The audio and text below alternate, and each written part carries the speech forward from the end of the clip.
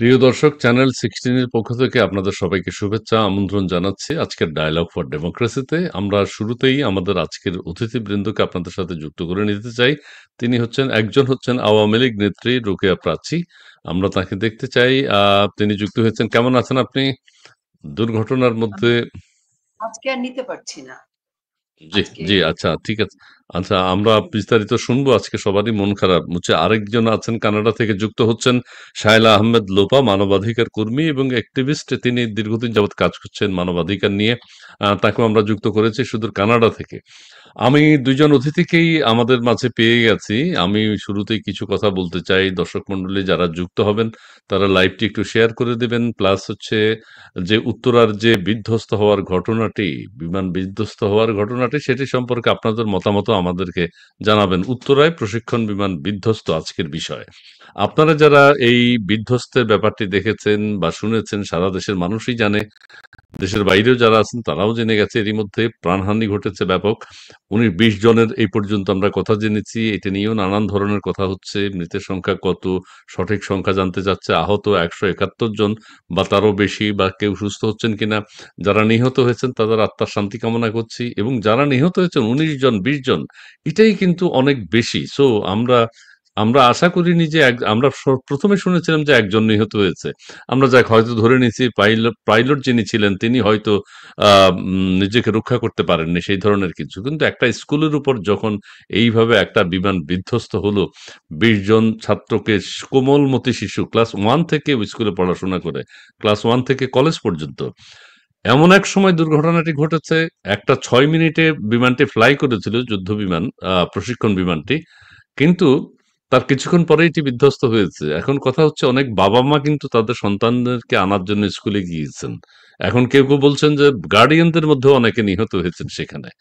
Guardian যারা নিহত হয়েছেন তাদের সন্তানরা কান্নাকাটি করছে, তাদেরকে কে নেবে, কারা নেবে, কেউ দায়িত্ব নিতে পারছেন না।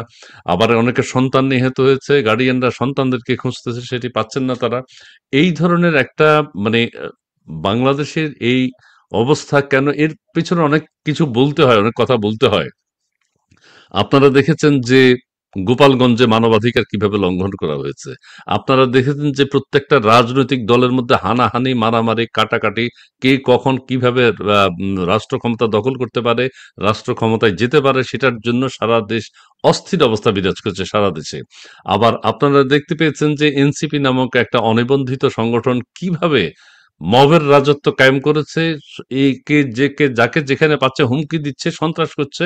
বাংলাদেশের বিরুদ্ধে তারা যুদ্ধ ঘোষণা করেছে। আপনারা দেখতে পাচ্ছেন বর্তমান অন্তর্বর্তীকালীন সরকার ১১ মাস যাবৎ দেশটাকে কোথায় নিয়ে গেছে। সবকিছু মিলিয়ে আপনারা আরো দেখেছেন যে বাংলাদেশ সেনাবাহিনী তাদের যে তারা যে কাজের জন্য নিয়োজিত হয়েছেন, নিয়োগ পেয়েছেন, দেশের স্বাধীনতা সার্বভৌমত্ব অক্ষুণ্ণ রাখা, দেশের যে কোনো দুর্যোগে ঝাঁপিয়ে পড়া, এই জন্যই বাংলাদেশ সেনাবাহিনী। কিন্তু বাংলাদেশ সেনাবাহিনী গত ১১ মাস যে বিতর্কিত ভূমিকা পালন করেছেন, সারা বাংলাদেশের মানুষ অস্থির, সারা বাংলাদেশ অস্থিতিশীল। ঠিক সেই মুহূর্তে কেউ ১০ লক্ষ লোক সমাবেশ করাচ্ছেন, রাষ্ট্র ক্ষমতায় যাওয়ার চিন্তা ভাবনা করছেন। সেনাবাহিনীর এই বিতর্কিত ভূমিকা দেখে মানুষ যখন অস্থির, দেশ যখন অস্থিতিশীল, ঠিক সেই মুহূর্তে উত্তরার এই বিধ্বস্ত হওয়ার ঘটনা, বিমান বিধ্বস্ত হওয়ার ঘটনা, এবং সবচেয়ে বেশি মর্মান্তিক হলো এই কোমলমতি শিশুদেরকে আমরা হারিয়েছি। তাদের বাবা মায়ের কি অবস্থা, সন্তানদের কি অবস্থা, তাদের আত্মীয় স্বজনদের কি অবস্থা, এটি নিয়ে সারা বাংলাদেশের মানুষ চিন্তিত এবং উদ্বিগ্ন। প্রিয় দর্শক, আপনারা যারা এর মধ্যে যুক্ত হয়েছেন, অনেকেই যুক্ত হয়েছেন, তুমি সবার কমেন্টস গুলো দেখাতে থাকো। আমরা দর্শকদের মতামতগুলো পড়ার চেষ্টা করব। আমি ১ম এ রোকেয়া প্রাচী, আমি একটু সময় নিলাম দর্শক যুক্ত হওয়ার জন্য। আপনারা নিশ্চয়ই সেটা বুঝেছেন। সবারই মন খারাপ, দেশের মন খারাপ, দেশের মানুষের মন খারাপ। আমাদের এই যে এখন এই বিধ্বস্ত হওয়ার ঘটনাটি, এটি সম্পর্কে আপনার মূল্যায়ন কি? আমি কিছু কথা বলেছি, দেশে আজকে যখন হানাহানি, মারামারি, কাটাকাটি, দেশ যখন একটা বিশৃঙ্খল অবস্থার মধ্যে রয়েছে, তখন এই বিধ্বস্ত হয়েছে সেই মুহূর্তে আমাদের এর থেকে কি শিক্ষা নেওয়া উচিত? ধন্যবাদ যারা যুক্ত হয়েছেন আমাদের সাথে সবাইকে ধন্যবাদ জানাই। আহ এটা এমন একটা ঘটনা যে মানে এত কিছু মনের মধ্যে আম উকিঝুঁকি দিচ্ছে, এত কথা আসছে, এত প্রশ্ন আসছে যে কোনটা রেখে কোনটা বলি। প্রথমত আমার নিজেরও তো সন্তান আছে। আমি একজন মা। তো একটা মা বা পরিবারের বাবা-মা যখন বাচ্চাকে স্কুলে দিয়ে আসে, তারপর যখন নিয়ে আসতে যায়, তো সেই সময় গিয়ে যখন এরকম একটা মর্মান্তিক ঘটনা ঘটে, এটা আমি চিন্তাই করতে পারি না যে আমি বারবার ভাবছিলাম যে আমি তো আমার বাচ্চাদেরকে এরকম স্কুলে দিয়ে আসছি, আবার নিয়ে আসার সময় গেটের সামনে ওয়েট করছি, হয়তো ১০-১৫ মিনিট আগে গেছি, অপেক্ষা করছি, অন্যান্য প্যারেন্টসরা অপেক্ষা করছে। ছুটি হওয়ার পর বাচ্চা যখন বেরিয়ে আসছে, ওই যে একটা শান্তি, ওই যে একটা স্বস্তি, বাচ্চাকে নিয়ে আ বাসায় ফিরে আসা। হ্যাঁ, স্কুল ছুটির পর মানে এটা বাচ্চারা যখন বাবা-মার কোলে ঝাঁপিয়ে পড়ে সেই যে একটা আনন্দ, ওটা যে একটা সেই মানে হ্যাঁ, এইটা মুহূর্ত, যাদের সন্তান আমি আছে যারা জাস্ট স্কুল থেকে আনতে যায় তারা সেটা জানে। জি, জি। আমার জাস্ট শুধু এটাই মনে হচ্ছে যে বাবা-মা ওখানে দাঁড়িয়ে আছে বা গেছে বা যাচ্ছে। মানে স্কুলটাই উড়ে গেছে। স্কুলটা আগুনে ঝলসে গেছে এবং সেখানে বাবা-মারা জানে না তাদের বাচ্চার কি অবস্থা। এই যে একটা উৎকণ্ঠা, যাদের বাচ্চারা আল্লাহর রহমতে সহি সালামতে ফিরে গেছে, সেটা একটা তো স্বস্তি। কিন্তু যাদের বাচ্চারা ধরেন মায়ের কোলে ফিরে আসেনি বা বাচ্চাকে এভাবে অস্বাভাবিক বাচ্চার মৃত্যু বা অস্বাভাবিকভাবে আহত হওয়া, যে ছবিগুলো আমরা দেখেছি, সেই বাবা-মার উপরে আজকে কি যাচ্ছে? আমরা ধরেন এগুলো দেখে নিজেদের স্থির রাখতে পারছি না। কাজেই আমার কাছে মনে হয় যে এর চেয়ে দুঃখজনক মর্মান্তিক ঘটনা বাংলাদেশে এর আগে ঘটেনি, যে একটা জনবহুল শহরের ভেতর একটা যুদ্ধ বিমান, পুরনো যুদ্ধ বিমান সেটা বলছে অনেকেই, সেটা প্রশিক্ষণ নিচ্ছে ঢাকা শহরের ভেতর। এবং পাশে লেক ছিল, এত জায়গা ছিল, সেখানে পাইলট পড়ে যেতে মানে নিজে প্যারাসুটে জাম্প করার চেষ্টা করেছে এবং সম্ভবত করেছেনও। তো এইসব কিছু তো মেলে না আসলে। আমরা আমাদের আমজনতা হিসেবে যেটুকু বুদ্ধি বা যেটুকু বুঝি, এই ঘটনার পরিপ্রেক্ষিতে Google সার্চ করে যেটুকু বুঝলাম, যে সেটা হচ্ছে যে এই শহরে তো আমরা গাড়ি ড্রাইভিং করবার জন্য এই হাইওয়ে বা এই মেইন রাস্তাগুলোও কখনো ব্যবহার করি না। আমরা সেটা করার জন্য একটু লোকালয় থেকে দূরে যাই, যেখানে কোনো গাড়ি আসে না, মানুষজন নাই। তো একটা প্রশিক্ষণ বিমান আমাদের মাথার উপরে ঘুরছে। এই ঘটনাটা আমার আপনার বাড়িতে হতে পারত, হাসপাতালে হতে পারত, অন্য কোথাও হতে পারত। আনফরচুনেটলি যে বিল্ডিং এর উপর হয়েছে এবং সেখানে অনেক বাচ্চারা ছিল এবং সেটাকে ঘিরে যে সমস্ত মানে আরো যে সমস্ত আশেপাশের ঘটনাগুলো ঘটেছে, সেটা আরো ন্যক্কারজনক। আমি সেই প্রসঙ্গে আসবো পরবর্তীতে। জি, তো এই মুহূর্তে জি, মায়েদের যে আহাজারি, ওখানে দেখলাম যে সুশৃঙ্খলভাবে কিন্তু সেই মায়েদেরকে যে মানে স্বেচ্ছাসেবকরা সেভাবে কিছু করে উঠতে পারছিলেন না। সেটারও অনেক কারণ আছে। আমাদের হোমরা-চোমরারা সেখানে গিয়ে যে ধরনের সিচুয়েশন করেছে, সেটা আমি পরে বলব। এখন আর ডিটেইলস এ গেলাম জি, না। জি। কিন্তু ওকে, ওকে, মায়েদের ওকে, ওকে। কান্না এবং কোনো আরেকটু ছোট্ট জিনিস, গোপালগঞ্জের প্রয়োজনে উপদেষ্টারা মনিটর খুলে বসলেন হেডকোয়ার্টারে। উম জি, দিন-রাত করে এত পরিশ্রম করলেন গোপালগঞ্জের মানুষকে দেখে, দেখে অ্যারেস্ট করবার জন্য, হামলা করবার জন্য। এরকম একটি ঘটনা সারাদিন চলে গেল। কোন মনিটরিং হলো না। মনিটর করে সেখানে কোন স্টুডেন্ট, সেই স্টুডেন্টদেরকে একটা লিস্ট বের করা, বাবা-মায়েদেরকে সান্ত্বনা দেয়া। সেই প্রক্রিয়াটা কিন্তু রাষ্ট্র করতে পারেনি। তার মানে রাষ্ট্রের মানুষের জন্য, মানবিকতার জন্য কোনো দায় নেই, কোনো দায়িত্ব নেই, মানে জবাবদিহিতা নেই। তাদের ওই যে মনিটর করেছে, সেটা হচ্ছে আওয়ামী লীগকে বা আওয়ামী লীগ সমর্থিত গোপালগঞ্জবাসীকে নিধন করবার জন্যে। আজকে তাদের দায়িত্বশীল কোনো ভূমিকা এখন পর্যন্ত দেখছি না। বরং যা দেখছি সেটা ভাষায় বর্ণনা করা যাবে না। যেহেতু আরেকজন আমার সহ আলোচক রয়েছেন, দর্শকদের মন্তব্য আপনি পড়বেন। ১ম ধাপে আমি এইটুকুই বলছি। আর পরে জি, বলব জি, নিশ্চয়ই। জি। টি তো ধন্যবাদ আপনাকে। তৌহিদ টিপু তিনি বলেছেন টিভিতে বাচ্চাদের কোনো নিউজ নেই। নিউজ হচ্ছে পাইলটের জীবনী নিয়ে। আচ্ছা এটা যদি হয় দুঃখজনক। তারপরে আমাদের সোহেল উদ্দিন, রোকেয়া প্রাচী একজন বঙ্গবন্ধুর পিওর সৈনিক, এতে কোনো সন্দেহ নেই। শেখ হাসিনা চলে যাওয়ার পরও শেষ পর্যন্ত লড়াই করে গিয়েছেন শেখ মুজিবের সঙ্গে। শেখ মুজিবের সেই বাড়িতে দেখতে গিয়েছিলেন, অনেক নেতারা সাহস করেনি। ধন্যবাদ আপনাকে Sohel Uddin. Alexander James Carter তিনি বলেছেন আজকের এই ঘটনার জন্য এবং গোপালগঞ্জের আরেকটি ঘটনার জন্য এই ২ টা ঘটনা মিলে কি আর্মি স্যাংশন কামনা করা জরুরি নয়? আচ্ছা ঠিক আছে, অনেক দর্শক আমাদেরকে ফোন করছেন। রানা প্লাজার কথা কি ভুলে গেলেন? জি না, ভুলি নাই। জি, লোপা আমাদের আজকের আমাদের এই চ্যানেলের নতুন অতিথি শায়লা আহমেদ লোপা, মানবাধিকার কর্মী এবং অ্যাক্টিভিস্ট। তিনি দীর্ঘদিন কাজ করছেন এবং অনলাইনেও কাজ করছেন, কথা বলছেন। আপনি অনেকে বলছেন যে কমেন্টস এর মধ্যে আমরা দেখতে পাচ্ছি বর্তমান সরকারকে কেউ দোষারোপ করছেন। আসলে দুর্ঘটনা তো দুর্ঘটনাই। আবার কেউ বলছেন সামন্তলাল সেন, ডাক্তার সামন্তলাল সেন তিনি এই উদ্যোগ নিয়েছেন বার্ন ইউনিট, বার্ন হাসপাতাল স্থাপন করার। বিগত সরকার আমলে শেখ হাসিনার সরকার সেটি করেছেনও। এবং ব্যাপক আকার করেছেন এবং সবাই দাবি জানিয়েছিল বাংলাদেশের সমস্ত জেলায় যেন সেটি হয়। সেটি হয়নি। কিন্তু সামন্তলাল সেনকে এখন খুব দরকার। অনেকে অনেক কথা বলছেন, অনেকে অনেক ষড়যন্ত্রের কথা বলছেন এখানে। কোন প্রকার জঙ্গি আক্রমণ কিনা, ব্লাক বক্স কোথায় খুঁজে পাওয়া যাবে, সেগুলো খুঁজে প্রকৃত তথ্য যদি সঠিক দুর্ঘটনা হয়েই থাকে সেটাও তদন্ত করে জনগণকে জানানো হোক। আপনার বিশ্লেষণটা একটু জানতে চাই। ধন্যবাদ ভাই। আপনার শোতে ১ম এসছি আমি। এমন একটা দিনে আপনি আমাকে আগেই বলেছিলেন আসতে, বাট এরকম ঘটনা ঘটে যাবে এটা তো কল্পনাও করি নাই। এটা আমরা আশা করিনি। জি। আশা করি নাই। তো দর্শকদের কি বলবো? ভালো থাকুন, সুস্থ থাকুন। সবাইকে ধন্যবাদ জানাই আমাকে শুনবার জন্য। আমি ১ম এ একটা ভূমিকা দিয়ে আমি শুরু করি। জি, আমি জি। মনে করেন আমি এরকম বোদ্ধা না, intellectual না। আমি একটা গ্রামের টি স্টলের মানুষ। আমি আমার গত ১৬ বছর যাবৎ ১৭ বছর আজকে নিয়ে আমি আমার দেশটা দেখছি। আমার দেশটা চলছে। আমার দেশটা চলছে। আমি সুন্দর চলছিল। হঠাৎ করে ১১ মাস আগে আমাদের মনে হলো আ ক্ষমতার পালাবদল হতে পারে। সেটা নিয়ে অন্য প্রসঙ্গ। মনে হলো কোনো একটা ওই যে ছোটবেলায় পড়তাম না আমাদের সুজলা সুফলা সুন্দর দেশটা কোনো একটা রাক্ষস এসে সমস্ত কিছু তছনছ করে উল্টাপুল্টা করে দিল। আপনার মনে হয় না ১১ মাস পরে দাঁড়িয়ে আমরা এরকম একটা ভয়াবহ পরিস্থিতির মধ্যে আছি? খোকা ঘুমালো, পাড়া ঘুমালো, তারা বর্গি এলো দেশে, কি যেন বলে না? রাইট? জি। এটা গেল একটা। আরেকটা কথা, যখন নাকি শেখ হাসিনা চলে যান, আমি শেখ হাসিনার প্রসঙ্গটা এইজন্যই আনছি এটা রিলেভেন্ট।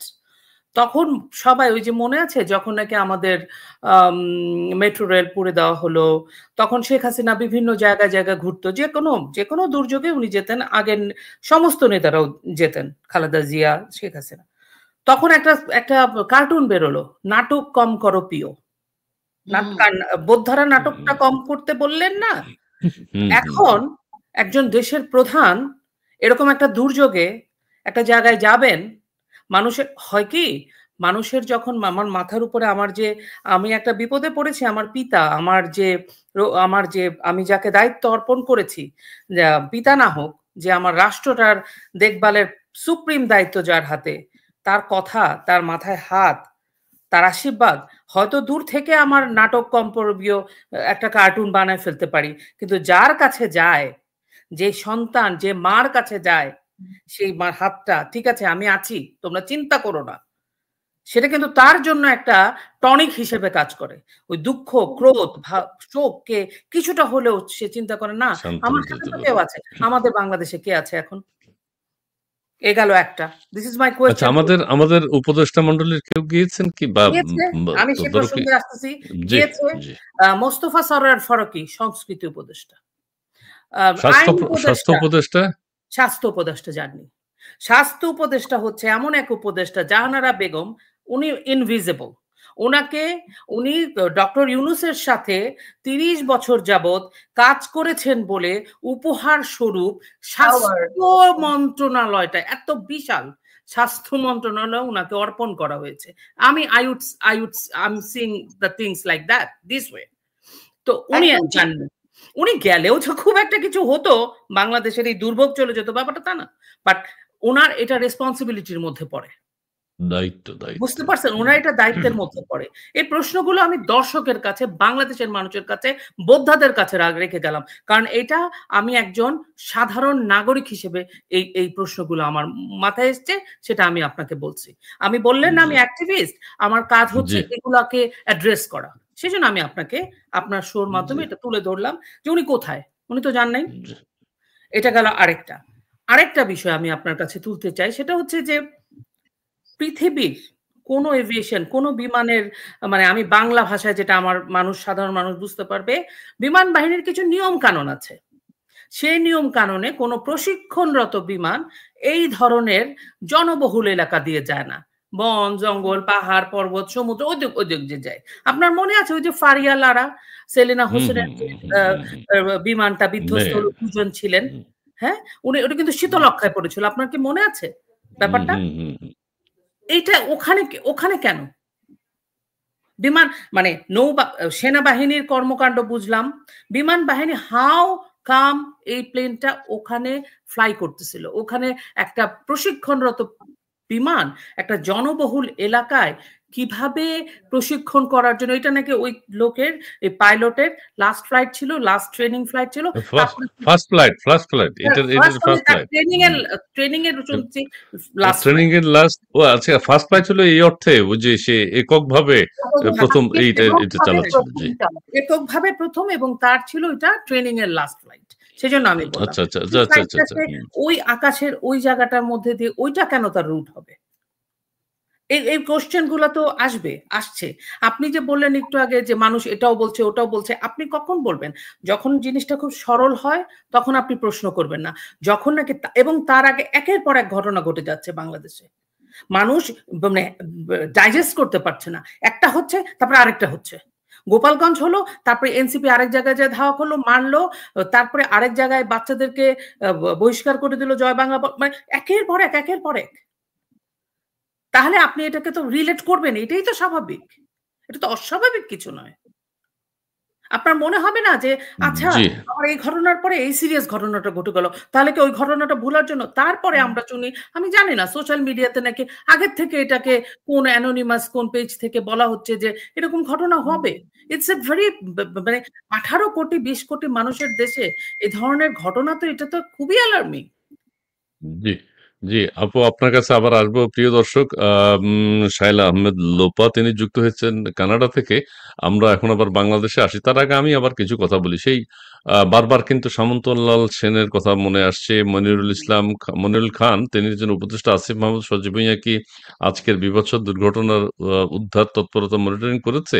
ওই যে মনিটরিং এর কথা রোকেয়া আপা বলেছেন সম্ভবত। হ্যাঁ, ঢাকা থেকে গোপালগঞ্জে কিভাবে আঘাত করা হচ্ছে, গোপালগঞ্জে কাকে ধরা হবে, কি হবে, যুদ্ধ ঠিক মতো হচ্ছে কিনা, হোয়াইট হাউসের মতো আমাদের এই সচিবালয় হাউস থেকেও মনিটর করা হয়েছে, পুলিশ মন্ত্রী থেকে। কিন্তু সেটা খুব দুর্ভাগ্যজনক। বাংলা চিন্তা করেন না আপা, ইউনুস আগামীকাল যাবে আপেল কমলা মালটা নিয়ে, আর রান্না করা কণ্ঠে বলবে, কান্না ঝরা কণ্ঠে বলবে এই নিষ্পাপ শিশুদের কি দোষ ছিল। আচ্ছা, এখানে আওয়ামী লীগের কোনো ষড়যন্ত্র আছে কিনা রোকেয়া আপা সেটা বলবেন। আওয়ামী লীগ কি এটা করিয়েছে কিনা? Open forum. দেশের ভয়াবহ পরিস্থিতিকে ঘোরানোর চেষ্টা, ইউনুসের শুল্ক নীতি ও যুদ্ধের জন্য বিমান কেনার বাহানা, ষড়যন্ত্রকারী ইউনুস। জি, আমাদের মুন্না তৌহিদ টিপু, যেই দিন থেকে স্যারের মুখে ম্যাটিকুলাস ডিজাইনের কথা শুনলাম তখন থেকেই সবকিছু ম্যাটিকুলাসলি ডিজাইন বলে মনে হচ্ছে। আচ্ছা, এইটা একটা কথা, কিন্তু এখন লোকজন কিন্তু বিশ্বাস করছে না। কতজন মারা গেছে, মৃত্যু সংখ্যা না বাড়ুক সেটা আমরা চাই, কতজন মারা গেছে সেটাও কেউ বিশ্বাস করছে না। আবার এটা ষড়যন্ত্র কিনা সেটাও, এটা এটা দুর্ঘটনা এটাও বিশ্বাস করতে চান না। তার মানে সরকারের উপর থেকে আস্থা হারিয়ে ফেলেছে। আবার কেউ বলছে বাংলা সেনাবাহিনী ও স্বৈরাচারী ইউনূসের পাপ অন্যদিকে নেয়ার জন্য আজকের এই ডিজাইন। আচ্ছা, কেউ বলছেন আবার যে সেনাবাহিনী যে অপকর্মগুলো এতদিন করেছে, এটা থেকে সেনাবাহিনীর যে অপকর্ম কেউ গ্রহণ করেনি। সেনাবাহিনীর আজকে যে কোমর ভাঙা অবস্থা, সেই অবস্থা কিন্তু সবাই মেনে নিতে পারছে না। সেনাবাহিনীর যে আজকে যে দুর্দশা, এটা কেউ মানতে পারছে না। আমাদের জেনারেল ওয়াকারুজ্জামানের নেতৃত্বে সেনাবাহিনী যেখানে গিয়ে দাঁড়িয়েছে, এখন সেনাবাহিনী উদ্ধার তৎপরতা দিয়ে তাদের মানবিকতা প্রকাশ করবে। আবার কেউ কেউ বলছেন হ্যাঁ, সেনাবাহিনীর কাজ এটাই করা উচিত, হওয়া উচিত, যে কোনো দুর্যোগের সময় সেনাবাহিনীর জনগণের পাশে দাঁড়াবে, স্বাধীনতা সার্বভৌমত্ব অক্ষুণ্ণ হলে সেখানে সেনাবাহিনী ভূমিকা রাখবে। এই ছাড়া সেনাবাহিনীর গোপালগঞ্জে গুলি করার কোনো অধিকার নাই। সুমন হাসান, আজকের এই দিনে ডাক্তার সামন্তলাল স্যারকে মনে পড়ছে, প্লিজ সামন্ত স্যারকে ডেকে আনুন, বাচ্চাগুলোর জীবন বাঁচান। হ্যাঁ, আমরা পাশাপাশি বলতে চাই যে আমাদের সেনাবাহিনীর যে হসপিটাল রয়েছে সিএমএইচ, সেখানে রয়েছে, আবার সেনাবাহিনীর আরেকটা হসপিটাল আছে, সেখানেও পেশেন্টরা আছে এবং আহতরা আছে, এবং বার্ন ইউনিট তো আছেই হাসপাতালে। এটার নাম ছিল শেখ হাসিনা বার্ন ইউনিট বা কিছু একটা হাসপাতাল নাম ছিল, সেটাও পরিবর্তন করা হয়েছে। কিন্তু সেই হাসপাতালটি ব্যাপক ভূমিকা রাখছে, সেই ভূমিকা আজকে বাধাগ্রস্ত হয়েছে। সামন্তলাল সেখানে নেই। রোকেয়া আপু, আপনি একটু বলবেন যে দর্শকের কমেন্টস একটু মাঝে মধ্যে না পড়লে আবার দর্শক খুব মাইন্ড করে, কারণ তারা তো কষ্ট করে লিখছে এবং দেখছে। তারাও এই ঘটনার সাথে, এই যে রাজ্জাকুল হায়দার চৌধুরী, তিনি বলছেন অসভ্যগুলো মৃত্যুপুরী হাসপাতালে গেছে দাড়িপাল্লা ধানের শীষে শোডাউন করতে। আচ্ছা, এই যে শোডাউন করা, এটাও কিন্তু আবার খুব খারাপ। যার প্রয়োজন নেই সে হসপিটালে যাওয়ার প্রয়োজন নেই, চিকিৎসক ছাড়া এই মুহূর্তে হসপিটালে গিয়ে গ্যাদারিং করে চিকিৎসা ক্ষেত্রে ব্যাঘাত ঘটানো, এটারও আমরা নিন্দা জানাই। জি, রোকেয়া আপা বলেন। অনেকগুলো প্রসঙ্গ দর্শকরা খুব বুদ্ধিমত্তার সাথে প্রশ্নগুলো করেছেন, আর আমার আগে শায়লা লোপা আপা যে কথাগুলো বলেছেন সেটাকে আমি সমর্থন করি। দর্শকদের প্রশ্ন থেকে কয়েকটা প্রশ্ন উত্তর দেই। ডক্টর সামন্তলাল সেন, যিনি খুবই অসাধারণ অপরিহার্য একজন বার্ন ইউনিটের বিশেষজ্ঞ ডক্টর, যাকে এই মুহূর্তে 5ই আগস্ট পরবর্তী সময়ে উনি গ্রেফতার হয়ে কারাগারে আছেন।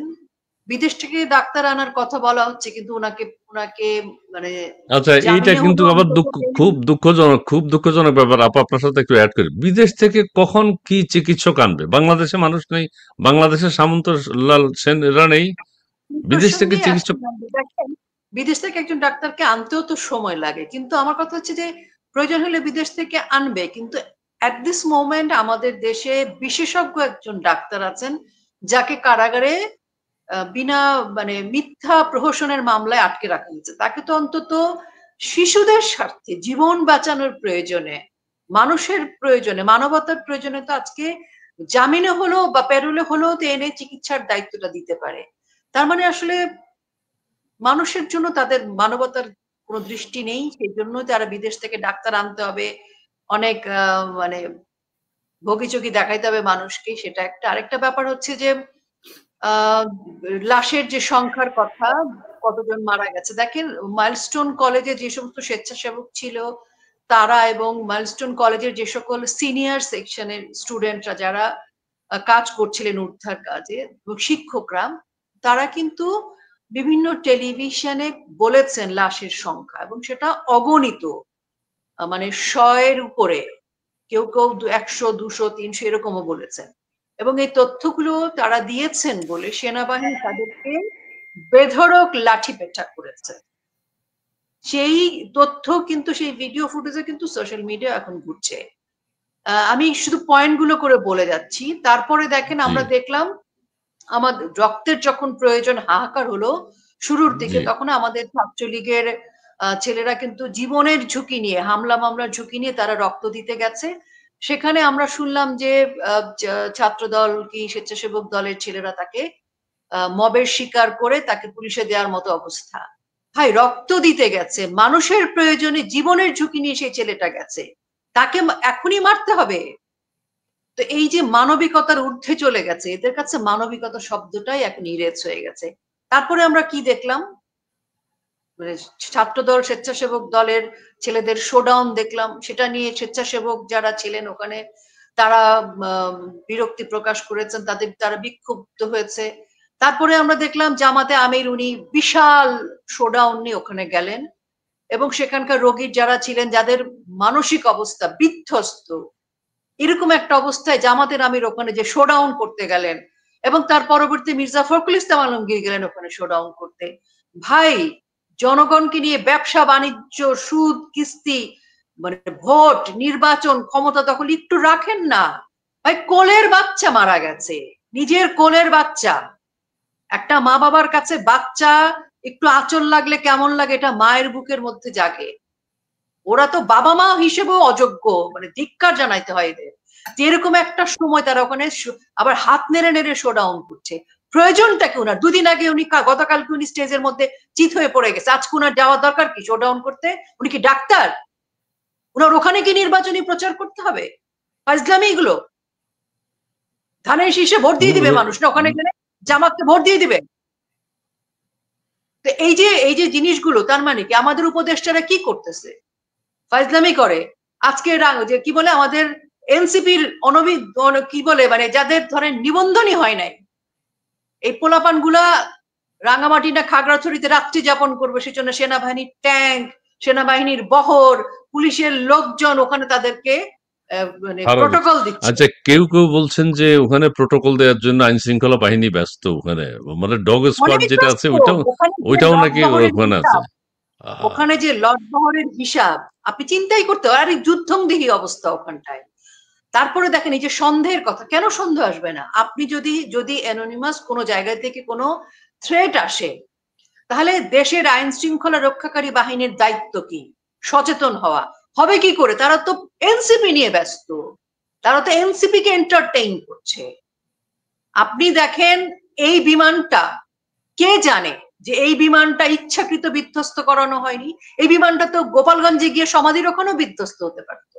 কারণ যেভাবে গোপালগঞ্জকে নিশ্চিহ্ন করার কথা বলছে, গোপালগঞ্জের প্রতি তাদের যে মানে যুদ্ধ ঘোষণা করা, আমার তো মনে হচ্ছে এখন যে এরকম হঠাৎ করে একটা যুদ্ধ বিমান কেন ঢাকা শহরের মধ্যে উড়াতে হবে? হয়তো এটার গন্তব্য হয়তো গোপালগঞ্জ ছিল, কে জানে?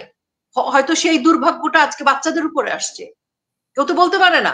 এই ধরনের সন্দেহ যে আমাদের মনে আসবে না তার কোনো নিশ্চয়তা নাই। আর ইউনূস, মানে উনাকে কি বলবো, উনাকে আমার এখন আর, উনাকে মনে হয় উনি একটা এআই ক্যারেক্টার, মানে মানুষ না, এআই দিয়ে বানানো একটা ক্যারেক্টার, যেখানে ইনস্টল করা হচ্ছে সফটওয়্যার, সে অনুযায়ী উনি রিয়াক্ট করতেছে। এআই অদ্ভুত হলে তো একটা আপু, এআই হলে তো ভালো মন্দের বিচারটা করতে পারতো, মানবিক না, দিকটাও থাকতো এ তো হয়তো। শোনেন, জঙ্গি এআই তো জঙ্গি বিহেভই করবে।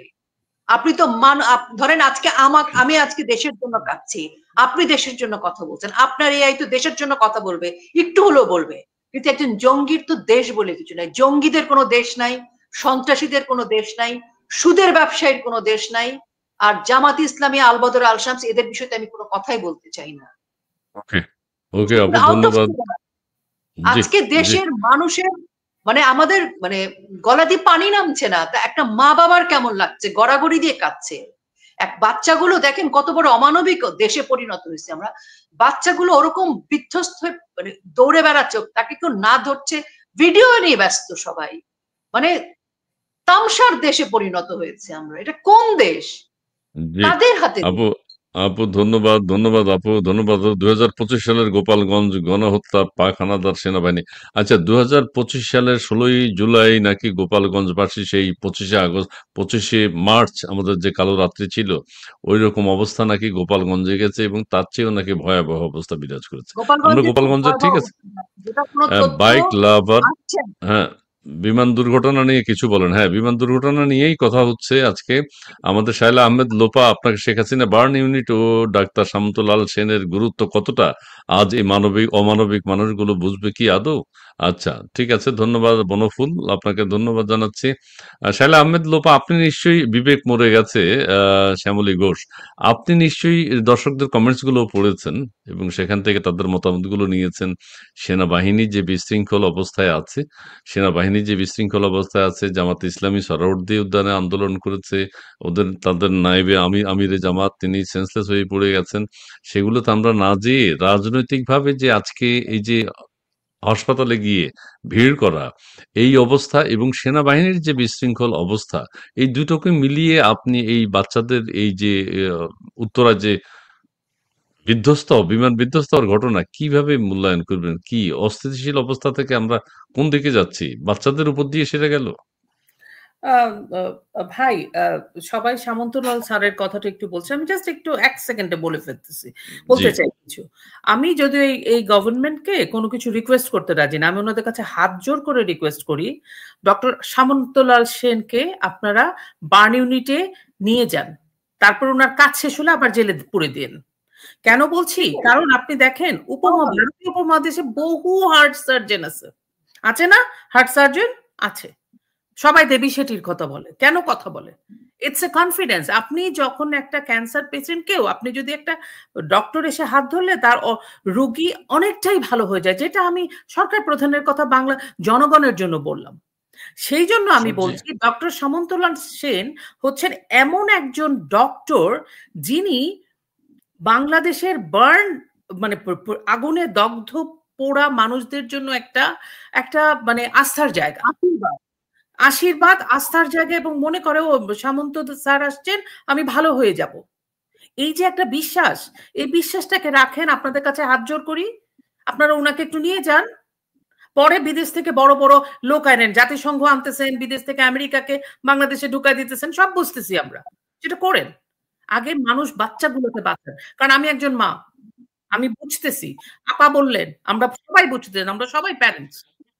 এইগুলো একটা। আচ্ছা আপু, আপনার সাথে আমি একটু মিলে আমি একটু বলতে চাই, সেটা হচ্ছে ডাক্তার সামন্তলাল সেনকে আনলেই যে সব সমস্যার সমাধান হবে তা না। ডক্টর সামন্তলাল সেন একজন কৃতি মানুষ, আপনি হাত রাখার কথা বললেন, উনার জি। নেতৃত্বে যদি এই কাজগুলো হতো, উনি তো আর সবার ট্রিটমেন্ট করবেন না, কিন্তু এই মানুষটার নেতৃত্ব যদি থাকতো, বাংলাদেশের যে কোনো জায়গা থেকে রোগী আসুক, বা আজকের এই যে আমাদের একটা গুরুত্বপূর্ণ মুহূর্ত যাচ্ছে, এই মুহূর্তে তার ছায়াটা দরকার ছিল। জি প্লিজ। হ্যাঁ, আপনি বলেন না, আমরা বলি না আমি এই ডাক্তারকে দেখাবো না, আমার ওই ডাক্তার লাগবে, বলি হ্যাঁ, না আমরা? এইরকম। কেন বলি? ডাক্তারকে আমাকে সারিয়ে দিবে না, এবং তার যে এক্সপার্টিস আছে সেটা দিয়ে হয়তো ট্রিটমেন্টটা ত্বরান্বিত হবে। এবং আমার সেই ডক্টর আছে, বিনা দোষে সে জেলে, তাকে আনতে অসুবিধাটা কোথায়? এত এত প্রতিহিংসা চরিতার্থ করতে হবে কেন মানুষের জীবনের উপর দিয়ে? যাই হোক, আপনি আমাকে, আমার আসলে কি ভাই, আমি দেখতেছি আমার টেম্পারমেন্ট লুজ হয়ে যাইতেছে বারবার। না, না, আপনি ঠিক আছে, বলেন। আমি যে একটু আমি এরকম ক্যারেক্টারে কিন্তু নামাতে দেখেছি। একটু মিলিয়ে বলবেন যে আমাদের সেনাবাহিনীর যে অধপতন, এগুলোও কিন্তু একটা কারণ। মানুষ দেশ বিষিয়ে গেছে, মানুষ বিষিয়ে উঠছে, যে ভালো লাগছে না কারো, এ কি কাজকর্ম দেখতে পায়। আজকে সবকিছুকে সবাইকে একদম স্তম্ভিত করে দিল এই ঘটনাটি এই কারণে ঘটেছে, আমরা যখন এক্সট্রিম পর্যায়ে চলে গেছি, আমরা যখন এক্সট্রিম আর কোথায় যাব, সেই মুহূর্তে এরকম একটা ডিজাস্টার কিন্তু বাচ্চাদের উপর দিয়ে সেটা গেল। জি প্লিজ। হ্যাঁ, আপনি আমাকে বলেন যে কেন এই যে কনস্পিরেসি থিওরির কথা বলে, কনস্পিরেসি থিওরি। আপনি দেখেন গোপালগঞ্জ ঘটে গেল, সেখানে সেনাবাহিনী, আমাদের স্পাইনলেস সেনাবাহিনী, মেরুদণ্ডহীন, সেটা প্রকাশিত হলো, অথবা কম্প্রোমাইজ সেনাবাহিনী, দুটোর মধ্যে তো যে কোনো একটা বলবেন। ইদার তাদের মেরুদণ্ড নাই, অর তারা কম্প্রোমাইজ হচ্ছে তারা এই ষড়যন্ত্রের সাথে জড়িত, জুলাই ষড়যন্ত্রের সাথে, দুটোর মধ্যে যে কোনো একটা। এই স্পাইনেল সেনাবাহিনী জাতির সামনে উন্মোচিত হয়ে গেল। একই সাথে কতগুলো ঘটনা ঘটলো দেখেন। এনসিপি, যেটা ডক্টর ইউনূস চাচ্ছে যে সরকারি দল বলি আমি ওটাকে, সরকারি দলকে এস্টাবলিশ করতে, সেটা পারলো না, জেলায় জেলায় যে দৌড়ান খেয়ে আসতেছে।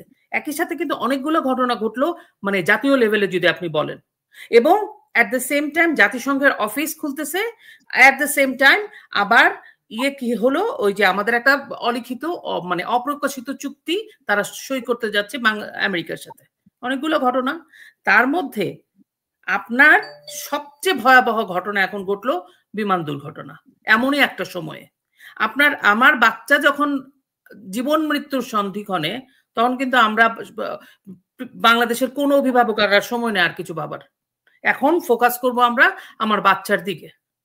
আমার একটা বাচ্চা স্কুল থেকে বের হইতে পারছে, কারণ স্কুলটা 20 শেষ হয়ে গেছিল, বের হওয়ার বাচ্চারা, একটা ভাই হয়তো বের হয়েছে, আরেকজনকে পাওয়া যাচ্ছে না, প্যারেন্টসকে খুঁজে পাওয়া যাচ্ছে না। তো আমার তো আর সময় নাই। তো আপনি এই যে একটা, এটা তো খুব স্বাভাবিক, এটা একটা খুব, আমার না, আপনি যে কোনো টি স্টলে জিজ্ঞেস করেন, ওরাও সেম ভাবেই চিন্তা করবে যে আসলে কি এটা পরিকল্পিত, এটা কি ড্যামেজ, সেনাবাহিনীর ড্যামেজকে ক্ষতিপূরণ, মানে ড্যামেজ হয়েছে যে সেটার কি বলবো, এটাকে একটু ফিল আপ করার জন্য, মনটাকে অন্যদিকে ঘুরিয়ে দেওয়ার জন্য। আর এই সেনাবাহিনী দিয়ে তো আপনি, এখন সেনাবাহিনী ছুটছে ওদেরকে হেল্প করতে, কেন গোপালগঞ্জের সময় মনে ছিল না? গোপালগঞ্জকে আপনারা কি মানুষ না? তারা কি বাংলাদেশের ভূখণ্ডের? আপনি কি জানেন গোপালগঞ্জে কতগুলা কেস হয়েছে? টোটাল ৫,৪০০টা কেস হয়েছে, এবং যে ৫ জন না ৬ জন মারা গেছে, তাদের নামেও মামলা হয়েছে। মামলা কি জানেন? এবং এই যে ৫,৪০০ জনের নামে মামলা হয়েছে, সেই মামলায় কোনো মামলা কে করছে জানেন? উপপরিদর্শক মামলা করছে, এবং বেনামি মামলা। কোনো প্যারেন্টস কিন্তু মামলা করতে পারে নাই, অভিভাবক মামলা করতে পারে নাই। আপনি এগুলাকে কি, আমরা কি ঘাসে মুখ দিয়ে চলি ভাই? ওনারা কি মনে করে আমরা ওনারা যতই দমন পীড়ন করুক, শেখ হাসিনা তথ্য প্রযুক্তিকে এমন জায়গায় নিয়ে গেছেন, এইসব খবর চলে আসে, এগুলো খবর বসে থাকে না, এগুলো খবর আমরা পাই। সুতরাং এই সেনাবাহিনী এখন বিমান বাহিনীর ইরেসপন্সিবিলিটির জবাব বিমান বাহিনীকে দিতে হবে। বিমান বাহিনী কেন এইরকম একটা ট্রেনিং, মানে যুদ্ধ বিমান যেটা ট্রেনিং প্লেন, সেটাকে কেন ওই রাস্তা দিয়ে ওই রুটটা তাদেরকে ইউজ করতে দিল, পারমিশন দিল কিভাবে এভিয়েশন? এটার জবাব দিতে হবে। আচ্ছা, সেটা ব্ল্যাক বক্স খুঁজে পাওয়া গেলে নিশ্চয়ই তাদের মধ্যে কি কনভারসেশন ব্ল্যাক হয়েছিল সেটি বক্সের জানা যায়। ব্ল্যাক সেটাও যদি সঠিকভাবে প্রচার করে, মানুষের তো কোথাও আস্থা নেই। না, আচ্ছা, আরেকটি কথা না, বলতে না, চাই না, যে কোনো আস্থা নেই। আন্তর্জাতিকভাবে নিরপেক্ষ তদন্ত হতে হবে। এটা এই সরকারের অধীনে এই তদন্ত হলে হবে না। হ্যাঁ, যদি দুর্ঘটনাই হয়ে থাকে, দুর্ঘটনাটাও সুন্দর করে প্রকাশ করুক। সেটি এবং আরেকটা দেশবাসীকে জিনিস, জানাক যে একটা সেকেন্ড আমি বলি, এই যে জি। ভদ্রলোক, জামাতের ভদ্রলোকটা আমির, উনি কি হলো ফিট লেগে গেল। বিশ্বাস করেন, আমি যখন ফিট হয়ে গেছে তখনই আমার মনে হচ্ছে এই লোকটাকে নাটক করতেছে টু গেইন দ্য সিম্প্যাথি, যে আমি খুব কাজ করতেছি, আমি ফেন্ট হয়ে গেছি। সে যদি খুবই অসুস্থ থাকবে, একটা বৃদ্ধ লোক, সে ওখানে কেওয়াস সৃষ্টি করার জন্য, এখানে মানুষের রাস্তা নাই, পথ নাই, জ্যামের মধ্যে তার ওখানে যাওয়ার দরকারটা কি? দ্যাট মিনস, ১০ লক্ষ লোক। তাই না, হুম, সে হুম, হুম, ওখানে হুম। একটা তার ওই, তার মানে তার অসুস্থ হওয়ার বিষয়টা নাটক। উনি তো হাসপাতালে থাকতে পারতেন। আচ্ছা, যেটি যাক, যাক আমরা সেদিকে যদি না যাই, কেন মুন্না যাবো হাসান না? মুন্নু প্রত্যেকটা মুন্নু রিলেটেড হাসান ভাই। জি, জি, জি। অরূপ ভট্টাচার্য আমেরিকা থেকে বিমান কেনার চুক্তি হয়েছে, বাংলাদেশের ১০ টি বিমান কিনবে। ধন্যবাদ আপনাকে। আম তারপরে রয়েছেন দর্শক মণ্ডলী, আপনারা শেয়ার করে দেবেন একটু। আমরা আসলে এটা নিয়ে উদ্বিগ্ন। পুরা দেশের মানুষই উদ্বিগ্ন। আপনাদের উৎকণ্ঠার কথাও আমরা জানতে পাচ্ছি। আমরা মুন্না পরবর্তী অ্যা কমেন্টস কিছু একটা আমরা আলোচনায় চলে যাব। মুন্না কি আছো? আসিফ শাহ আমাদের আসিফ স্যার বলেছেন বিদেশ থেকে ডাক্তার এনে চিকিৎসা করা হবে। এই বাটপার আচ্ছা আচ্ছা কিছু বলা হয়ে গেছে, বলা হয়ে গেছে। তিনি ভালো চিন্তা করছেন। দীপুদীপ ভারত অস্ত্র দিয়ে সাহায্য করুক, এদের বিরুদ্ধে সশস্ত্র যুদ্ধ করতে প্রস্তুত আছি। জি, ধন্যবাদ আপনাকে দীপ। আম আমিনুল বাবুল বাংলাদেশে কি বাংলাদেশের বাংলাদেশের দেশ বাংলাদেশের কি আছে? কি দেশ কি আছে? আচ্ছা, আচ্ছা। আচ্ছা, জি, ভালো জি, বলেছেন। ধন্যবাদ আপনাকে। আ আপনারা যুক্ত হয়েছেন, আপনারা অনেক হাজার আমাদের যুক্ত হয়েছেন। এখন আপনারা দেখছেন জিনিসটি। আ সামন্তলাল সেন, মীনা সিং, তিনি বলছেন সামন্তলাল সেনের দরকার নেই। কালা আচ্ছা, ঠিক আছে। হ্যাঁ, পাঠান। আচ্ছা, ঠিক আছে। দেন। মীনা সিং এবং আমার তাসনিম যারা কোথায়? খাইরুল হক, লাবলু, গোপালগঞ্জ এখন গাজা বা কাশ্মীর। জি, ধন্যবাদ আপনাকে। গোপালগঞ্জের আতঙ্ক, শ্যামল দত্ত, সেনাবাহিনী, এনসিপির চৌকিদার। জি, ধন্যবাদ। সবাই ক্ষুব্ধ। হ্যাঁ। মিনার হাকিম তিনি বলছেন কাঁদো বাঙালি কাঁদো। জি, ধন্যবাদ আপনাকে। এবিসি 1 2 3 ব্ল্যাক বক্স মেরামতের আগে খুঁজে পাওয়া যাবে না। ব্ল্যাক বক্স মেরামত কেয়ামতের আগে খুঁজে পাওয়া যাবে না। আমি তো চোখেও দেখি না এখন। আচ্ছা, অরূপ ভট্টাচার্য ব্ল্যাক বক্স পাওয়া গেলে বলবে শেখ হাসিনা করেছি। আচ্ছা, আওয়ামী লীগ সরকারের ষড়যন্ত্র হতে পারে। আচ্ছা আপা, আমি একটা এখন কথা বলি। প্রথম কথা হচ্ছে তেজগাঁওয়ে যেখানে এখন প্রশিক্ষণ বিমানগুলো চালানো হয়, যেখান থেকে উড্ডয়ন করে, এটা এখানে থাকার কোনো যৌক্তিকতা নেই। সময়ের প্রয়োজনে এটা এখানে হয়েছে, ৭১, ৭২ বা ৬০-এর দশকে হয়েছে। কিন্তু এখন তো ঢাকা শহর এক্সপান্ড হয়ে গেছে। এগুলো এখন দূরে সরিয়ে নেয়া দরকার। যে আমাদের যে আন্তর্জাতিক বিমানবন্দর আছে, হযরত শাহজালাল আন্তর্জাতিক বিমানবন্দর, এটা একসময় লোকালয় থেকে দূরে ছিল। ঠিক আছে? কিন্তু এখন সময়ের প্রয়োজনে এটা দূরে সরিয়ে নিতে হবে। বিগত সরকার চেষ্টা করেছিল আড়িয়াল খান নদীর পাশে একটা সুন্দর এয়ারপোর্ট করা, কিন্তু নানান ষড়যন্ত্রে, মারামারি, কাটাকাটিতে সেই প্রচেষ্টা ব্যর্থ হয়ে গেল। আমরা না হলে একটা নতুন এয়ারপোর্ট পেতাম। তারপরে বিগত সরকার 3rd টার্মিনাল আন্তর্জাতিক আমাদের বিমানবন্দরের পাশে করলো। ময়মনসিংহে একটা আন্তর্জাতিক বিমানবন্দর করার চিন্তা ভাবনা করেছিল। এখন আরেকটি কথা আমি বলব, আমাদের এই যে ক্যান্টনমেন্ট আছে ঢাকার ভিতরে পড়ে গেছে এখন, যেহেতু জনগণ বেড়ে গেছে, জনসংখ্যা বেড়ে গেছে। এই ক্যান্টনমেন্ট এবং বিডিআর এর যে পিলখানা আছে, এই দুটোকে যদি ঢাকা মহানগরী থেকে সরিয়ে দূরে কোথাও সুন্দর জায়গা দেয়া হয়, তাহলে ঢাকা শহরের যানজটও থাকবে বলে অনেকে মনে করছেন না। আচ্ছা, প্রশিক্ষণ বিমানের কথাটা আমি শুরুতে বলেছি, এই কেন্দ্রে থাকা এবং বিধ্বস্ত হয়ে পড়া, এটা যদি আজকে দূরে হতো, এই ডিজাস্টারটা আমাদেরকে দেখতে হতো না। আপনি এবার আপনার কথা একটু শেয়ার করেন। দর্শকদের দেখেন, মন্তব্য দেখেছেন, বঙ্গবন্ধু আমিও কিছু কন্যা কথা কিন্তু বলেছি। জি, আপনি। বঙ্গবন্ধু কন্যা কিন্তু এই যে আপনি যে কথাগুলো বলেছেন, এই প্রত্যেকটি প্রচেষ্টা কিন্তু তিনি করেছিলেন। কিন্তু তখন তীব্র বাধার মুখে করেছেন। আজকে কিন্তু বঙ্গবন্ধু কন্যা যা বলেছেন সেগুলো কিন্তু ৫ই আগস্ট পরবর্তী সময়ে প্রতিটি কথা, প্রতিটি পরিকল্পনা অক্ষরে অক্ষরে যৌক্তিক এবং সত্যি বলে প্রমাণিত হচ্ছে। আজকে মেট্রো রেলটা হওয়াতে এই যে মানে স্কুলের বাচ্চাদেরকে যে দ্রুত সময় নিতে পেরেছে, আজকে যে লাইনগুলো ক্লিয়ার হওয়াতে, তো তখন তো বলা হয়েছিল যে উনি এটা কেন করছেন, ওটা কেন করছেন, এটা ঠিক না, ওটা ঠিক না। তীব্র সমালোচনা উনাকে করা হয়েছে। এই যে সমালোচনার যে মুখগুলো, আমি আজকে খুঁজছিলাম যে মুখগুলো কোথায়? ৫ই আগস্ট পরবর্তী সময়ে এই মুখগুলোকে আর খুঁজে পাওয়া যাচ্ছে না। এই মুখগুলোর জানাজা হয়ে গেছে। তো এখন আমার মনে হয় যে যারা এই সমালোচনাগুলো তখন করত, ওরা হচ্ছে আসল চক্রান্তকারীদের দোসর। সময় আসুক, এদেরকে খুঁজে বের করতে হবে যে যেকোনো কিছুর মধ্যে তারা কিন্তু সবসময় সমালোচনা করেছে এবং এই সমালোচনাগুলো এখন বোঝা যাচ্ছে যেগুলো চক্রান্তের স্বার্থেই করেছে, দেশের স্বার্থে নয়। যদি দেশের স্বার্থে হতো তাহলে আজকেও তারা সমান জোরালো কণ্ঠে কথা বলতেন। আজকে তো বলছেন না, আজকে তো ঘুমিয়ে আছেন ডলারের প্রেসারে। তো যাই হোক, আরেকটি কথা আমি বলতে চাই, সেটি হচ্ছে যে একটু গোপালগঞ্জের বিষয়ে বলা দরকার। দেখেন, গোপালগঞ্জ জেলায় 15 থেকে 16 লক্ষ মানুষ, 8টা মামলায় প্রায় 10,000 জনের বিরুদ্ধে মামলা হয়েছে, 400-র উপরে গ্রেফতার। আর প্রতিদিন সন্ধ্যার পরে প্রতিটা বাড়ি বাড়ি গিয়ে তল্লাশি হচ্ছে। মানুষজনের উপর কিন্তু মানবতর নির্যাতন চলছে এবং আগামী 1 মাসের মধ্যে যে পরিকল্পনা, পুরো গোপালগঞ্জটাকে কিন্তু একটা অবরুদ্ধ জায়গায় পরিণত করা হবে। তাদের পরিকল্পনা গোপালগঞ্জ নাম পরিবর্তন করা, নিশ্চিহ্ন করে দেয়া, গোপালগঞ্জের গোপাল থাকবে না। এই যে যুদ্ধ ঘোষণা করা, এই অদ্ভুত সাহসটা কোথা থেকে পাচ্ছে? এটার পেছনের বাতাসটা কি সেনাবাহিনী দিচ্ছে, পুলিশ বাহিনী দিচ্ছে, বিজেপি দিচ্ছে, কে দিচ্ছে? এখন প্রতিরক্ষা মন্ত্রণালয়ের দায়িত্ব আমরা জানি ইউনূসের হাতে, তার সরাসরি নির্দেশে। তাহলে আজকে পর্যন্ত গোপালগঞ্জকে কেন্দ্র করে সারা বাংলাদেশে যত হত্যা হয়েছে, সকল কিছুর দায়ভার ইউনূসকে নিতে হবে।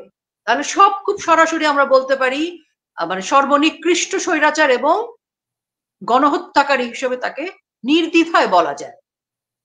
নাসিরউদ্দিন পাটোয়ারি থেকে শুরু করে হাসনাত আব্দুল্লাহ, সার্জিসরা কিন্তু এখনো প্রকাশ্যে গোপালগঞ্জের বিরুদ্ধে উস্কানি, হুমকি দিয়েই যাচ্ছে।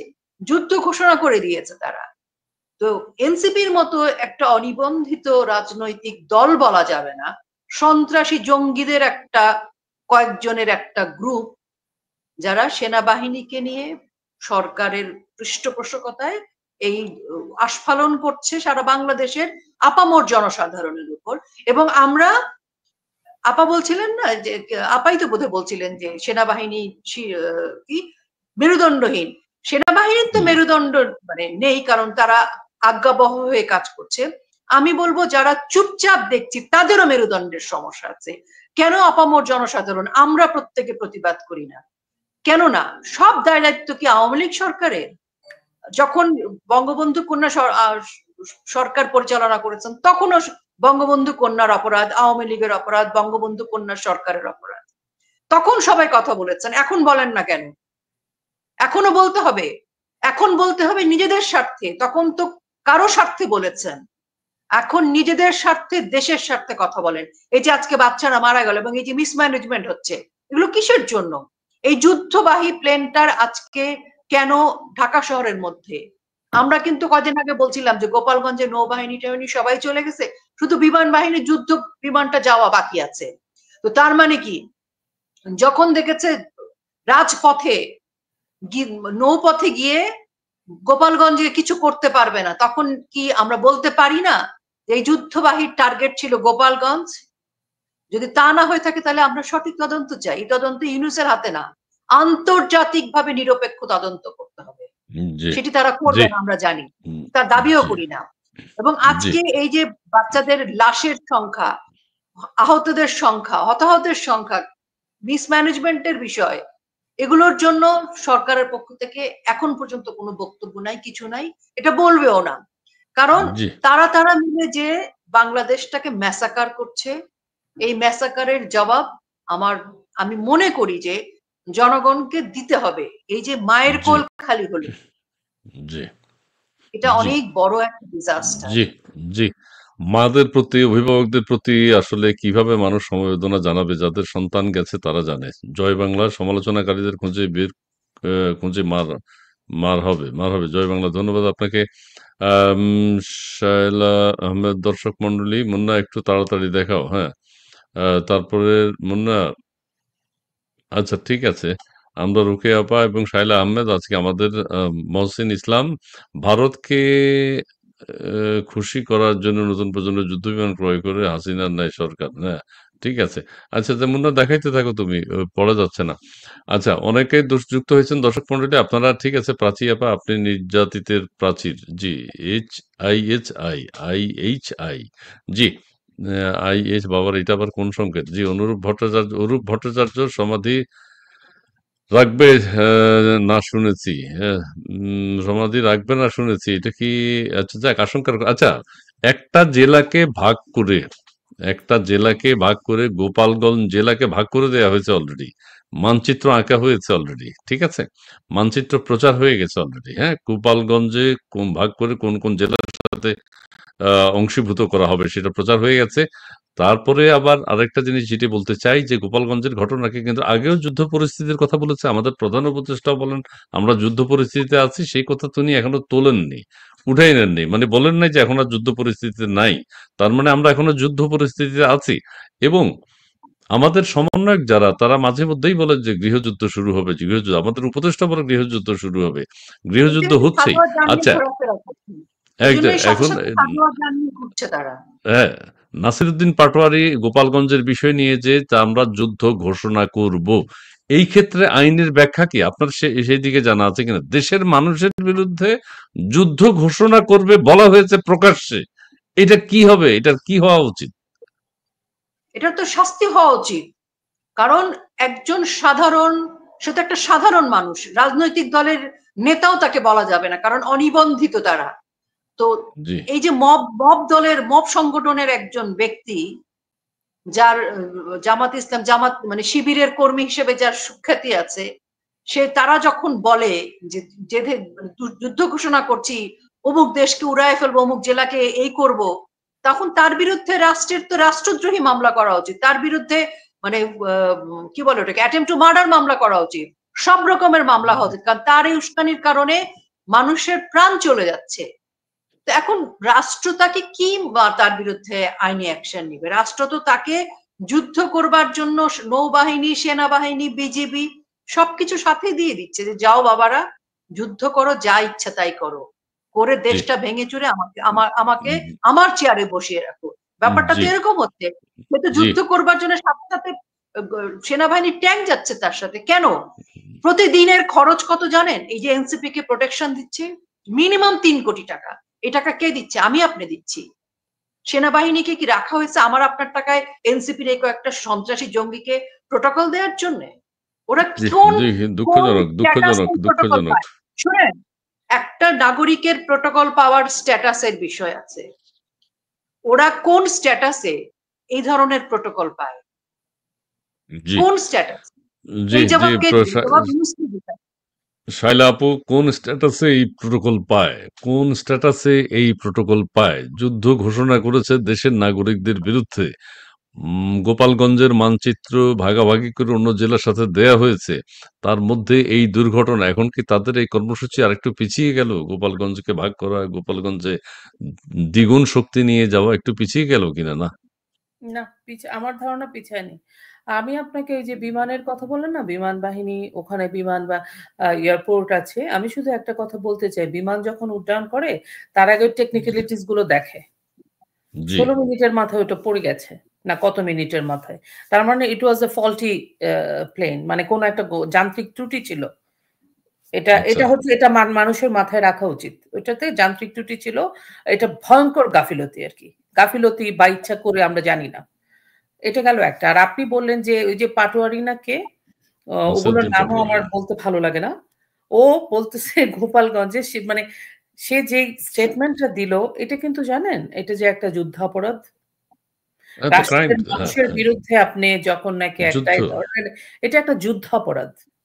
মানবতা বিরোধী অপরাধ, এটা একটা যুদ্ধ অপরাধ। আপনি বাংলাদেশের মানুষের বিরুদ্ধে আপনি সরাসরি হুঁশিয়ারি দিয়েছেন যে এটা হইলে আমি এটা করব, এবং নিরীহ নিরস্ত্র মানুষের বিরুদ্ধে আমরা যেটা দেখি গাজাতে আমরা দেখছি তো গাজার জন্য তো আমরা মরে যাচ্ছি, এই যে এরাই বেশি মাতম করতেছে।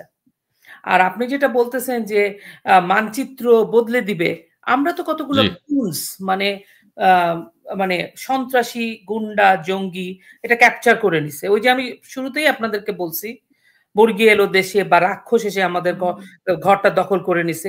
এই রাক্ষস মুক্ত না করতে পারলে they can do whatever they want. বুঝতে পারছেন? এখন আইন, আদালত, নিয়ম, কানুন, শৃঙ্খলা, পরিমিত বোধ, আপনি দেখেন না স্লোগানের ভাষা শোনেন, আপনার শুনতে হয়, সাথে আপনার বাচ্চাটাকেও শুনতে হয় স্লোগানের ভাষা। লজ্জায় আপনি কান বন্ধ করেন, আমি শিওর। আপনি বুঝতে পারেন এগুলো কোনো স্লোগান, মানুষের জাত এগুলো কোনো স্লোগান দেয়? এগুলো বাংলাদেশের মানুষ না। মানে এটা কি বলবো, স্লোগানের কথা তুললেন, মানে স্লোগান যে কোথায় চলে গেছে এখন। আমাকে যখন পাঠায় বলছে এইসব আমাকে পাঠাবো না, এইসব জিনিস আমি একটা শুনি, আমি বুঝে গেছি কি হবে এরা। এদের কাছ থেকে প্রোডাক্টিভ কিছুই আপনি আশা করতে পারবেন না। এই যে ডক্টর ইউনূস কি করেছে জানেন? ডক্টর ইউনূস যে এজেন্ডা নিয়ে এসছে, বাংলাদেশকে আপনি 16 মাসের আগের বাংলাদেশ, আমি আমার দর্শক যারা আছে, যে কয়জন আছে, চোখ বন্ধ করে আমি বলবো 11 মাস আগে ফিরে যান, বাংলাদেশের কথা চিন্তা করেন। বিদেশে আমরা যারা থাকি তাদের বাচ্চারা বলে আমরা তো বাংলাদেশেই চলে যাই, কানাডার অর্থনৈতিক অবস্থা খুব খারাপ, বাংলাদেশে এত ভালো আছে সবাই, বাংলাদেশে কাউকে কোনো গিফট নিয়ে গেলে ওরা খুশি হয় না, বাংলাদেশে এতই অর্থনৈতিকভাবে স্বয়ংসম্পূর্ণ, বাংলাদেশের এতই মানুষ ফ্রিলি চলাফেরা করতে পারে, তাহলে আমরা এখানে কেন থাকতেছি? সেই বাংলাদেশ 11 মাসে আপনারা দর্শকরা চোখটা বন্ধ করে ভাবেন, আপনি চিন্তা করেন আপনার বাচ্চাটাকে আপনি স্কুলে দিলে আপনি গার্ড হিসেবে স্কুলে বসে থাকেন, বাচ্চা স্কুল শেষ হবে আপনি বাসায় নিয়ে আসেন। এখন কি হলো, বাচ্চাকে স্কুলে দিয়ে আপনি বাইরে থাকবেন, আপনার মাথার উপরে একটা বাজ ফালাই দিবে, প্লেন ফালাই দিবে। আমি তো সেভাবেই দেখতেছি। কারণ কি, কোনো তিষ্ঠায় দিতেছে না তো আমাদেরকে। এখানে আপনি গোপালগঞ্জকে তো আপনি বাদ দিতে পারেন না, গোপালগঞ্জ তো আমাদের একটা রাষ্ট্রের অংশ। কিন্তু এই গভর্নমেন্ট, এই যে একটা যারা তাদেরকে ক্ষমতা দিলেন ডক্টর ইউনূসকে, আমি তাদেরকে প্রাচী আপার সাথে একমত, এবং সব শোতে যে আমি বলি এভরি অ্যাকশন হ্যাজ কনসিকুয়েন্সেস। আপনি ক্ষমতাটা নিয়ে কার হাতে ক্ষমতা দিচ্ছেন এটা খুবই ইম্পর্টেন্ট। ইন্ডেমনিটি দিয়েও কিন্তু উনি, ওই কয়দিনের ইন্ডেমনিটি দিয়েও কিন্তু উনি 11 মাসে ওনার কিছু উনি কোনো কিছু ঠিক করতে পারেন না, কারণ উনি ঠিক করতে চান না, উনি যুদ্ধাবস্থায় রাখতে চান। দেখেন গত কিছুদিনের ঘটনায় এমন একটা টার্ময়েলের মধ্যে উনি আমাদেরকে ফেলছেন, নির্বাচন সব ভুলে গেছে। আর নির্বাচন সে তো সুদূর পড়া হতো। এবং সবচেয়ে বড় কথা, আপনি বিএনপির কথা চিন্তা করেন, বিএনপিকে আপনি কনফিডেন্সে নিবেন? প্রত্যেকটা এলাকায়, থানাকায়, মহকুমায় যায় জিজ্ঞেস করেন। আমি নিজে ভুক্তভোগী, আমি বিদেশে থেকে বলতেছি এই কথা, আমার নিজের এলাকার কথা আমি বলতে পারি। সব জায়গায় চাঁদাবাজি, মানুষকে ভয় দেখানো, ভীতি দেখানো, দখল চলছে। জামাত করতেছে অফিসি আদালত দখল করে, বিএনপি করতেছে এটা। আপনি কি আমি বলতেছি না যে আওয়ামী লীগই একমাত্র পছন্দের দল, বাট আপনাকে তো প্লেটে একটা কিছু দিতে হবে, যাকে আপনি আরেকটা কনফিডেন্ট আপনি মনে করেন যে না আমাকে একে আমি ক্ষমতা দিলে আমি ভালো থাকবো। দিন শেষে তো আমরা 18 কোটি লোক ভালো থাকতে চাই, আমরা নিরাপদে থাকতে চাই। আমাদের 5টা মৌলিক অধিকারের পরেও আমাদের যে সামাজিক অধিকারগুলো সেগুলো তো আমরা চাই। তো এই লোকের কাছে তো আপনি চাইতে পারেন না, ডক্টর ইউনূসের কাছে। এখন অবস্থা ছেড়ে দে, মাক্কে দে বাজে, তুমি যাও। আপু অনেক ধন্যবাদ আপনাকে। না, সবাই খুব মর্মাহত সবকিছু নিয়ে, দেশের সার্বিক পরিস্থিতি নিয়ে। তার মধ্যে সবকিছুকে ছাড়িয়ে গেল আজকের বিমান বিধ্বস্ত হওয়ার ঘটনাটি। এখানে একজন মানুষ কিন্তু আমাদের দেশের পুরো 11 মাসের যে ঘটনা ঘটেছে এটা নিয়ে মোটেই উদ্বেগ, উৎকণ্ঠা ওনার মধ্যে নেই। এটা একটা আপনাদের জন্য ধাঁধা, কি সেটা বলতে পারবেন? দুইজনের একজন কেউ হাত তোলে না, যিনি বলতে পারবেন। আমি না, আমি উত্তর সঠিক হয়েছে। জি জি জি জি। আচ্ছা, তো যে কথা বলতে চাই আপু, ওনার কোনো উদ্বেগ উৎকণ্ঠা নেই কোনো কিছুতে। নির্বাচনের বিষয় এখন আমরা কোনো আলোচনা করতে চাই না, আলোচনা হবে না, আলোচনার দরকারও নেই। আমরা এখন এই ঘটনাটা ঘটেছে এটা নিয়ে এই যে আপনি বললেন দরকার নেই, এইটাই ওই লোকটা আছে, ও ভীষণ ধুরন্ধর জিনিস। এই যে বললেন দরকার নেই, এটাই হ্যাঁ, আমাদেরকে দিয়ে বলা হবে, এখন সময়ই নাই, এইটা সুযোগ নেই। এইটাই চেয়েছেন উনি। হ্যাঁ, এটাই এদের যে চেয়েছেন। লন্ডন ষড়যন্ত্র হয়েছে সেখান থেকে সেটা পাকাপোক্ত হয়ে আবার বাংলা খুব কুল ব্রেইনে জিনিসটা হ্যান্ডেল করা হয়েছে। একদম। একদম চমৎকারভাবে মেটিকুলাস ডিজাইনের অংশ হিসেবে চমৎকারভাবে এই জিনিসটা আসবে। এখন আপনি ঠিকই ধরেছেন, আমাদের মুখ থেকে এখন বেরোবে নির্বাচন দরকার নেই বাবা, ওগুলো দরকার নিয়ে নেই। না আলোচনা কইরো না। কথা এইটাই, কথা এইটাই। ইনি এবং সাকসেসফুল, আমাদের ইনি কোনো বাহিনী সাকসেসফুল নাই, ম্যান। নৌবাহিনী, সেনাবাহিনী, বিমান বাহিনী, সব জি, বাহিনী কিচ্ছু বিতর্কিত করে ফেলছে, কোনো বাহিনী জি। নাই। জি, জি, রোজ কেয়ামতের মতো নির্বাচন হবে, রোজ কেয়ামতের মতো। আচ্ছা ঠিক আছে, অরূপ ভট্টাচার্য। প্রাচী আপা এখন একটু বলবেন, আমি এখন কোন দিক দিয়ে প্রশ্ন করবেন? সান্ত্বনার কি বানিয়েছে সেটা তো আমরা জানি না। কিন্তু কি হতে পারে, কি হচ্ছে এগুলো নিয়ে আমরা আলোচনা করতে পারি। সান্ত্বনা দেওয়ার কোনো ভাষা তো এখন আর নেই। উত্তরা যা ঘটেছে, সেইটার ভাষা তো কারো কাছে নেই। তবে কি ব্যাঘাত ঘটছে, কি অনিয়ম হচ্ছে সেগুলো নিয়ে আমরা আলোচনা করা যায়, আলোচনা করতে পারি। এখন কেউ বলছে ব্লাক বক্স যদি খুঁজে বের করাই হয়, সেটি একদম নিরপেক্ষভাবে প্রকাশ করা হোক। যদি দুর্ঘটনা হয়ে থাকে তাও জাতি জানুক, যদি ষড়যন্ত্র হয়ে থাকে তাও জাতি জানুক। ব্লাক বক্সে পাওয়া যাবে নিশ্চয়ই এয়ার কন্ট্রোল সিস্টেমের সাথে এটিসি যেটাকে বলে, হ্যাঁ, সেটির সাথে পাইলটের কি কথা হয়েছে, কি কথা তারা ব্যক্ত করেছেন, সেটি আসলে কি আম এই তিনি কি এই জায়গায় কি তার আসার কথা ছিল? নাকি অন্য কোথাও যাওয়ার কথা ছিল? এইখানে কেন আসলেন? উত্তরা একটা জনবহুল এলাকা। সেখানে স্কুলের উপর পড়ল বিমানটি, ক্র্যাশ হলো।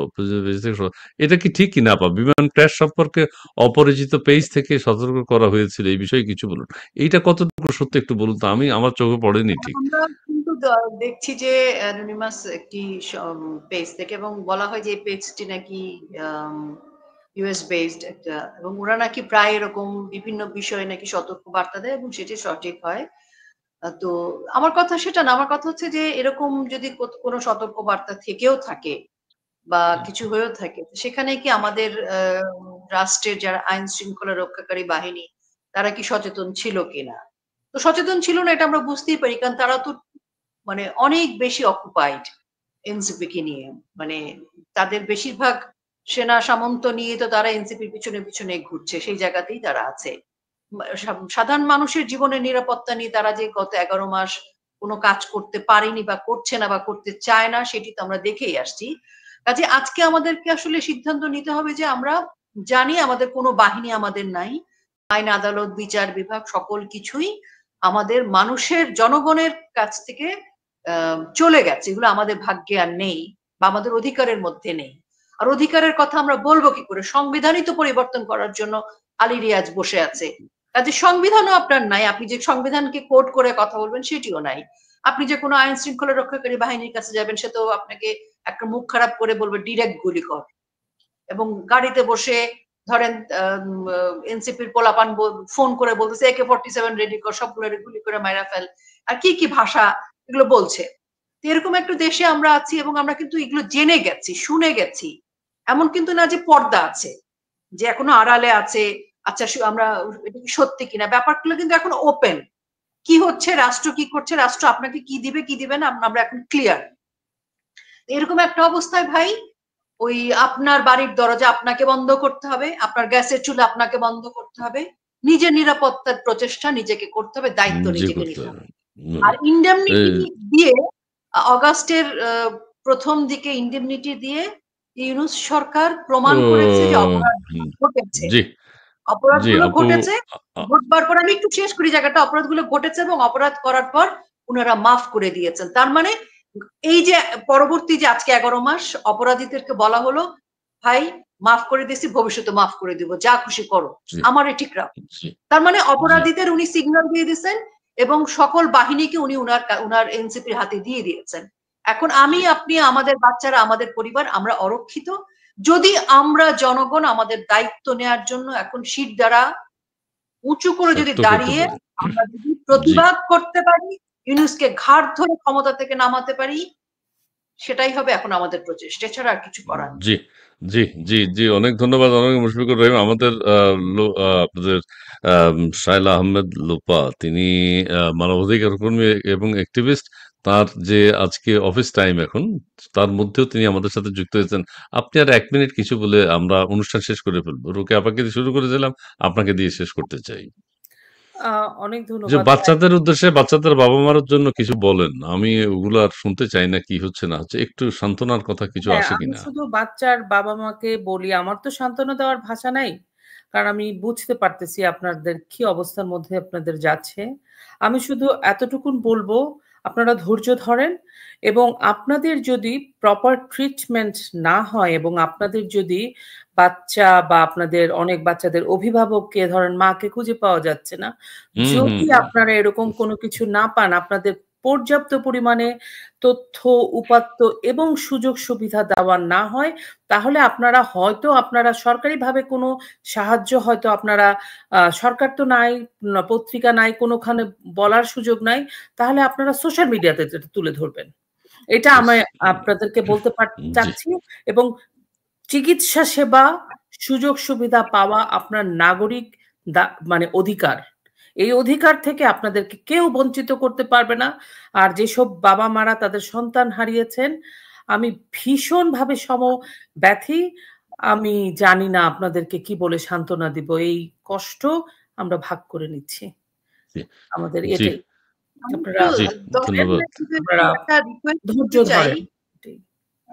জি, শায়লাপা যে কথাটা বললেন সেটার সাথে আমি ১০ সেকেন্ড একটু যুক্ত করতে চাই। আমি গণমাধ্যমকে একটু অনুরোধ করতে চাই যে এই নিষ্পাপ শিশুদের দিকে তাকিয়ে, একদম অসহায় বাবা-মার দিকে তাকিয়ে আপনারা সঠিক সত্য তথ্যগুলো একটু তুলে ধরুন। মানে আল্লাহর ওয়াস্তে তুলে ধরেন।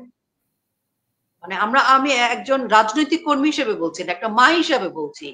মানে এই জি, ঘটনার সঠিক তথ্য বাবা-মায়ের দিকে তাকিয়ে আপনাদের ঘরেও বাচ্চা আছে। অনেক সাংবাদিককে আজকে আমরা দেখেছি আহাজারি করে কেঁদেছে। এই ঘটনার স্বার্থে, বাচ্চাদের স্বার্থে, মা-বাবার স্বার্থে সঠিক তথ্য তুলে ধরেন। এছাড়া জি। আমার আর কোন সান্ত্বনা দেওয়ার ভাষা নেই। জি, অনেক ধন্যবাদ শায়লা আহমেদ লোপা, রোকেয়া প্রাচী, দর্শক মণ্ডলী আপনারা যারা আমাদের সাথে যুক্ত হয়েছেন, কমেন্টস করেছেন, আপনাদের সবাইকে অনেক ধন্যবাদ।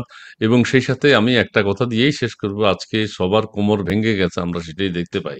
আমাদের আইন শৃঙ্খলা বাহিনীর কোমর ভেঙে গেছে, আমাদের সেনাবাহিনীর কোমর ভেঙে গেছে, আমাদের রাজনীতির কোমর ভেঙে গেছে, আমাদের ডিসেম্বরে যে নির্বাচন হওয়ার কথা ছিল, সেটির আবেও এখন আমরা করতে পারছি না। আমাদের মুখ দিয়ে এখন বের হয় নির্বাচন নিয়ে এখন কোনো কথা নাই। আমাদের সমস্ত কিছু এখন ভঙ্গুর।